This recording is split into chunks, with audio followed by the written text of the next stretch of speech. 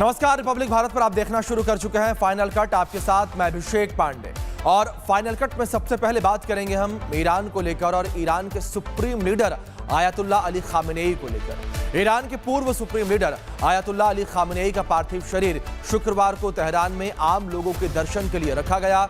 इस दौरान हजारों लोगों ने सड़कों पर उतरकर मातम मनाया और अमेरिका इजराइल के खिलाफ नारेबाजी भी की। लेकिन इस अहम मौके पर खामेनेई के बेटे और नए सुप्रीम लीडर मोज्तबा खामेनेई नदारद रहे, यानी नहीं दिखे, जिसको लेकर सवाल खड़े हो रहे हैं। और किस तरीके के सवाल उठने लगे हैं, इस रिपोर्ट में देखिए।